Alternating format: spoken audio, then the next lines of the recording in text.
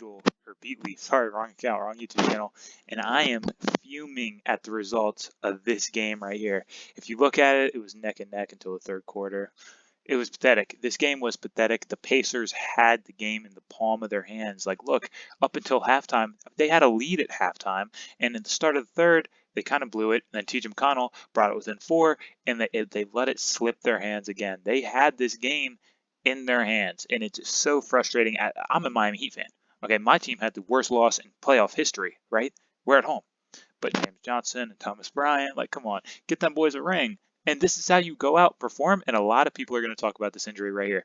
With Tyrese Halliburton going down, you know, Tyrese Halliburton was on pace to have one of the best Game 7 performances ever. I mean, 7 minutes of play, 9 points, 3 or 4 from downtown. That's pretty damn good, right? That's pretty good. He nailed back-to-back threes. You know, the Thunder crowd was quiet. Like, the whole game was in the hands of the Pacers, and I'm not going to blame the loss on this because I'm going to blame the loss on this man right here. God, he is terrible at basketball. I get so worked up every time I think about it, dude. He is terrible at basketball. He's a stretch big and goes 6 for 30 in the NBA Finals. Pathetic. The Pacers, all right, every time Pascal Siakam was in and he was out, they were running Chet and they were running Isaiah Hartenstein, right? And every time Pascal went out, they took all their bigs out and ran J-Dub at the center, but J-Dub didn't even guard him. Cason Wallace guarded him. Look at their height. Look at their height. 6'11", 6'3". Okay, Miles Turner, 6'3". I get Cason Wallace as a dog, good defender, but 6'3" on 6'11". Who do you think wins that matchup? Okay, because if you just show these people the heights, right? If you show them the heights, show them how good Miles Turner is, how good Cason Wallace is, people are going to say Miles Turner 10 out of 10 times. 6'11" on 6'3", and he can't take advantage of that. They get it to him in the post. He gets stripped. He gets it in the post, and he's bullied by his 6'3" guard, and he's forced out to the free throw line where it's terrible. Or they foul him down low. Stretch big man, supposed to be a good shooter, 6 for 30 in the NBA Finals, can't hit free throws. He's like 1 for 4 from the line. I get so worked up about this. Miles Turner, you are terrible at basketball. The Pacers, they didn't care to win this game. It looked like as soon as Halliburton went down, they had a little fake run, and then they're like, nah, we're good, right? They don't even want it. Like, I hate when people say specifically, oh, we just wanted it more, or they didn't want it. Oh my God. It gets me worked up. It's a bad term because, like, obviously they want it, but looking at the game, they weren't boxing out. They weren't closing out. There's so many. Alex Caruso came in. The Thunder did not shoot good from 3 tonight, or at least for the first half. They did not shoot good from 3 at all. And the first 2 threes, they were 2 for 2 from 3 because they just left Alex Caruso wide open. They just left him open. Just pathetic defense. He was open. And later in the game, it was Jalen Williams, right? In the third quarter, he got it, and they were on a run. They were on a run, and he got it wide open at the right wing, or left wing, I believe. Wide open. He even waited. No one closed out. Like, they just didn't try. Like, oh my God, look at the stat line, okay? You see this, you think Pascal Siakam, 16 points. He was worse than that. He was not aggressive. This is a game where you need a Pascal Siakam legacy game. You need Pascal Siakam to go out there and get you buckets, like those tough buckets he's gotten all the playoffs, and he just could not. He just could not. He wasn't terrible, but he was bad. Like, Miles Turner was borderline unplayable. He was a waste of, they were playing Thomas Bryant and Tony Bradley. Like, oh my God, Miles Turner is so bad. He had 4 rebounds. Box score watching, right? Look, okay, you can box score watch. Benedict Mathurin had 13 rebounds. Wow, I'm watching the box score. It's pretty good. But if you watch the game, he just is terrible. He's terrible, and he just slaps the ball. And oh my God, don't even get me started about Aaron Nesmith. He was god awful tonight, bro. Like, every rebound that went to him, like, there's a rebound, I think it was in the second or third quarter, where they boxed out good, played good defense, and it was going straight to Nesmith, and he slapped it out of bounds. Like, it was, oh my God, I wish I could get a screenshot from it, but I can't. Like, literally wide open under the basket. It was him, Pascal Siakam, and Andrew Nembhard in the backcourt, right? Benedict Mathurin was just inside the 3-point line, right? He was boxing out his man, but no one was behind. Like, no one was behind them. It was those 3 with no one behind them. Everyone else was down the court except for Lou Dort, who he was boxing out. And what does he do? Does he grab the rebound? No, he slaps it out of bounds. It was careless. Like, careless turnovers from the Pacers killed them. It destroyed them, dude. It was terrible. Miles Turner, unplayable. Pascal Siakam, bad. Nembhard was, he started off good. Nembhard was okay. You know, I'm not even going to go bad on Nembhard. He was okay, right? He got his buckets, right? He played suffocating defense, you know, made the good reads. But it was just like,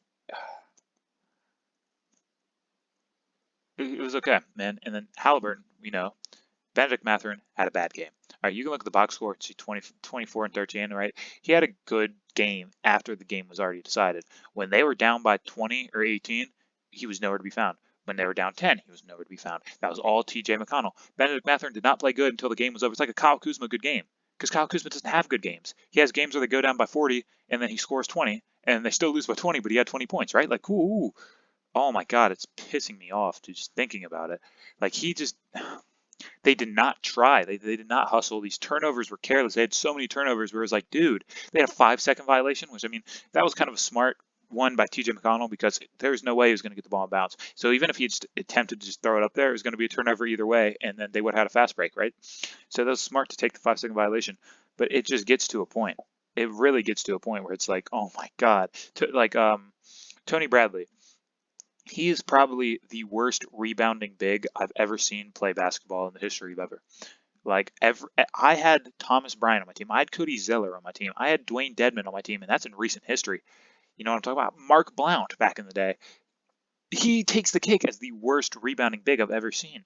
He doesn't. He just slaps it. He had one rebound. Yeah, he had 5 minutes, but he had like 5 minutes and like 3 or 4 fouls. And he would get rebounds and then he'd foul, or he'd get out rebounded and then he'd foul. It's like, dude, fucking pathetic, dude. Obi Toppin was terrible.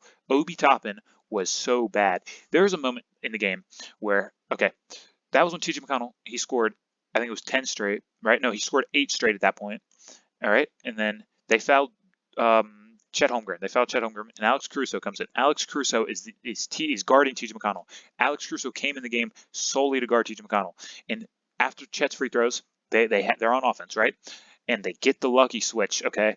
TJ McConnell does not have Alex Caruso on him, okay? He passes it to Obi Toppin, and what does Obi Toppin do?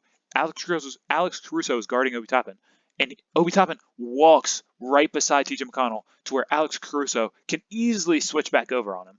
Thankfully he didn't, and Obi Toppin got it and nailed a mid-range jump shot. But stuff like that is just bad basketball. Why are you bringing your defender to TJ McConnell? Even if it wasn't Alex Caruso, that's unnecessary pressure on the point guard. Do not do that, dude. Like, what the hell? Obi Toppin was terrible, and then, he had so many turnovers where he just didn't catch it, or he dribbled it out of bounds. Like one dot, I think it was Pascal Siakam. It was 2 times, actually, where he tried to give to Obi Toppin, and Obi Toppin expects it to just, like, teleport to his hands. Like, he acts like he doesn't have to catch it. He doesn't understand that in sports, you have to catch the damn ball. So he just, like, slapped it, let it go out of bounds. He's like, oh, my bad. Like, you can tell with Pascal Siakam's body language, he was done with his team. He was done with Tony Bradley. He was done with Benedict Mathurin. And more importantly, he was done with Ben Sheppard. Why did Ben Sheppard play 16 minutes? He was terrible. His defense was terrible. He let Alex Caruso slip so many. Like, there's this one where he slipped, like he faked a screen and then slipped. And instead of even trying, he just did that. Like, he had like a defeated look. He's like, damn, my bad. Like, they're up 20 and they can allow that. It's a game 7.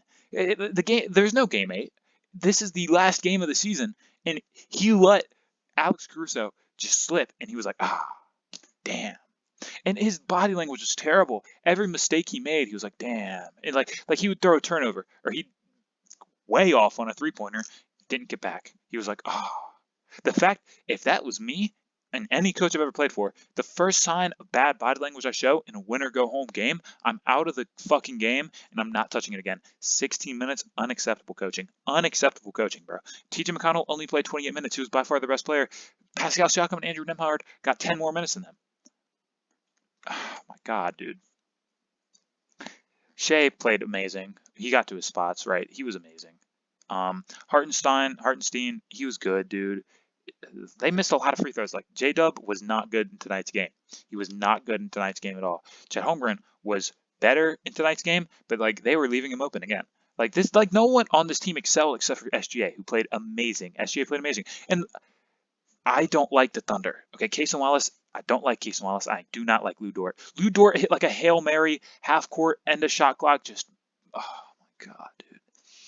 Because the Pacers played good enough defense to get it down to a close like 2 seconds, 1 second on shot clock. And what do? Did they close out and prevent the shot from even having a chance, or no? They all just play back and act like he's not a professional basketball player. Of course they all play back. Why would they want to play defense?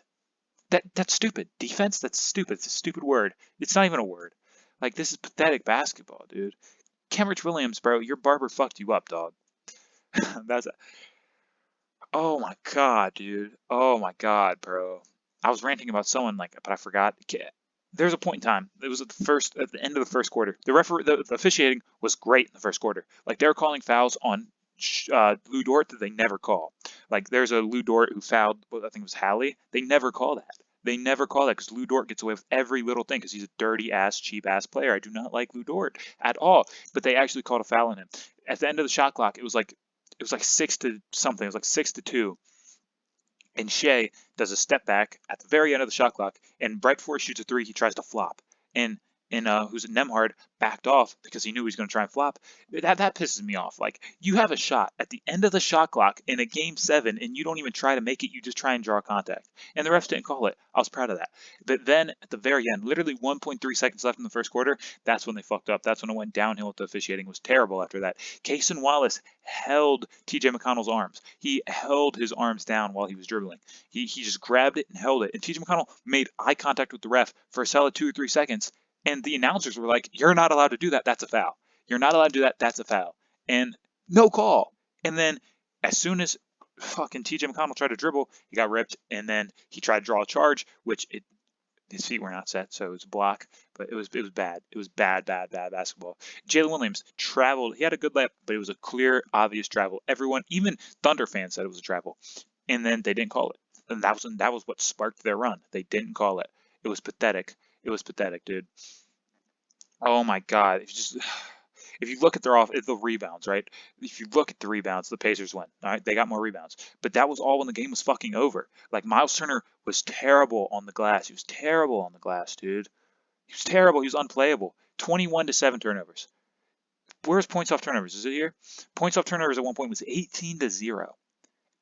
18-0. 21 turnovers to 7. 6 steals to 14. 4 blocks to 8. 17 assists to 20. It was who wanted it more. It was evident. It was obvious. It was evident and it was obvious, dude. And the Thunder missed free throws. They missed so many free throws. Looking at the box score, I stopped watching with like 3 minutes left in the fourth because I just couldn't. Like, they had that little fake Cinderella run. They cut the lead, and then Andrew Nemhard misses a free throw, and then they intentionally foul. It's over. It's over, right? It's over. 3-point shooting was horrific by the Thunder. They kind of locked in the second half a little bit. They were the first half like 2 for 18, and then like 4 for 8 in the start of the second half. It was just bad basketball, dude. That's all I can really say, man. Like, it was just terrible. This was one of the worst game 7s I've watched. OKC just wanted it more. That's all I can say.